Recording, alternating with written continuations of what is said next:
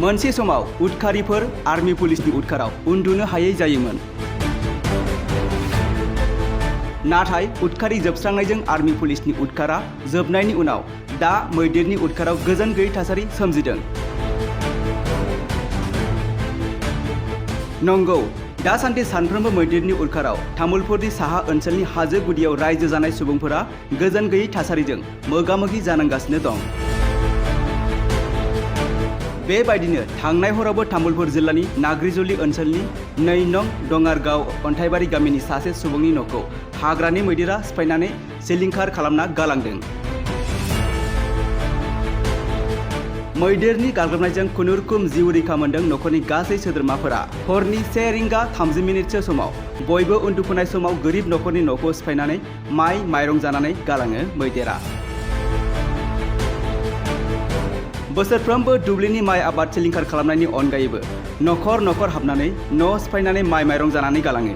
बेनिखायनो दुखुथिया गपाल रायनि न'खरखौ नायफिननो थाखाय सोरखारनिसिम खावलायदों गामिनि रायजो राजाफोरा। हराव मैदेरा फैनानै हरनि 1:30टासोआव फैनानै न' सिफायलांजोब्बाय। बेनिफ्राय आङो उन्दुना दंमोन, बिसिनायाव उन्दुना दंमोन। बेनिफ्राय इन्जुराव नारना होबाय, नारना होनानै ओमफ्राय बे बिसोरो जेने तेने रैखा मोनबाय। नङाब्लाथ' बेयावनो मैया जिउ गोमानो गोनांमोन। मा होनो ओमफ्राय जेनते कम्बलाव बैसां सिङाव सोना दोनदोंमोन गथ' फिसाखौ।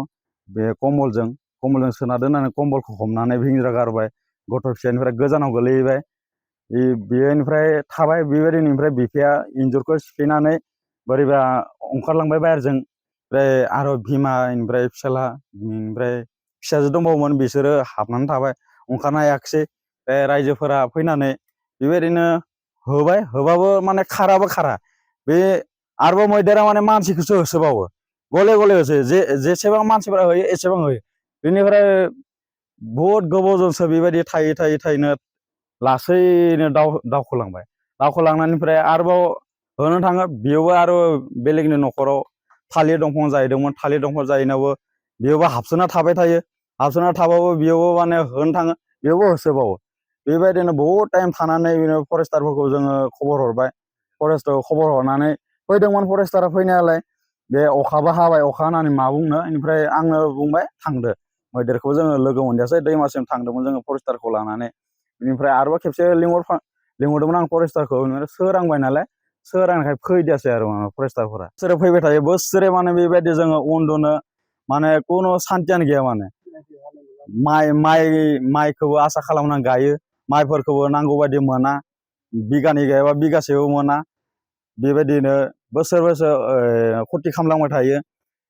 बे दा मा होनबावनो आङो, दा जोंनि गामिनि मुङा जाहैबाय 2 नं दङारगाव अन्थाइबारि सुपा।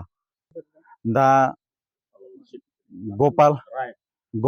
गपाल रायनि न'आ दा सिफायलांबाय मैया हरनि समाव।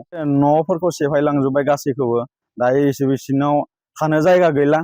दायो सरकारनिफ्राय माबा मोनसे अनसुंथाइ मोननायबा बेबायदि गाहाम जागौमोन आरो। मारुलांबाय गासैखौबो। दायो जानो थाखाय बहुत असुबिदा जाना दङ बिसोरना। 2টা বাজি 1:30 মান হৈছে। তো হাতী ডিপি কৰিব গৈছিলোঁ আমি। ডিপি অলপ কৰি আহি বিছনাত আহি ঘুমালোঁ। ঘুমাৰ পাছত আমাৰ টোপনি গ'ল। টোপনি যাৱাত হাতী আহিল। হাতী আহি ঘৰ ভাঙি দিলা। আৰু 2টা ল'ৰা আছিল, এটা ল'ৰাটো লৈ পলালোঁ, এটাটো নিব পৰা নাই। আৰু এনেকৈ কৰি আমি ঘৰ ভিতৰত বহি আছিলোঁ।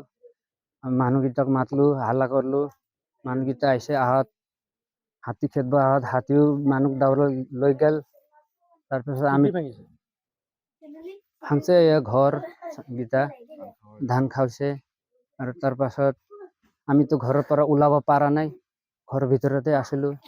আৰু যেন তেন কৰি মই ওলাইছোঁ। ওলাই ফালে